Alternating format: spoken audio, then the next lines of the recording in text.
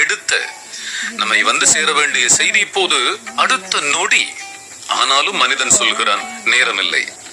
தூரத்தில் இருக்கும் ஒருவரை சென்று பார்க்க, அவர் முகத்தை பார்க்க வருடங்கள் ஆயின. இப்போது வினாடிகளிலே சாத்தியம். ஆனாலும் மனிதன் சொல்லுகிறான் நேரமில்லை. வீட்டை சுற்றி செல்ல எடுத்த நேரமும் முயற்சியும் இப்போது தானியங்கி படிகளிலே, லிப்டுகளிலே கண நேரத்தில் முடிகின்றது. ஆனாலும் மனிதன் சொல்லுகிறான் நேரம் இல்லை. வங்கியிலே வரிசையிலே மணிக்கணக்கிலே காத்து கிடந்த மனிதன் இப்போது மொபைல் மூலம், இணையம் மூலம் நொடியிலே பணப்பரிமாற்றம் நிகழ்கிறது. ஆனாலும் மனிதன் சொல்கிறான் நேரம் இல்லை.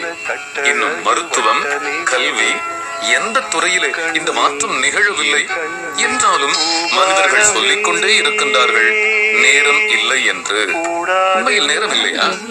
24 மணி நேரம் என்பது எல்லோருக்கும் வழங்கப்பட்டதுதானே என்றால் இதேச்சமாகவே இருக்கின்றது. அதை சரியாக பயன்படுத்தும் நுட்பம் மனிதனை விட்டு விலகிச் சென்றே விட்டது. மனிதன் நேரமில்லை என்று சொல்லிக் கொண்டே தன்னிடமிருந்து விலகிச் சென்று கொண்டே இருக்கிறான். ஒரு எச்சரிக்கை சொல்லிது. அமைதியாக உட்கார, தன்னோடு பேச, தன்னை புரிந்து கொள்ள சில நிமிடங்கள் மனம் கலந்து மனமாற சிரித்து பேச நேரமில்லை என்று. எதற்காகத்தான் இந்த ஓட்டம்?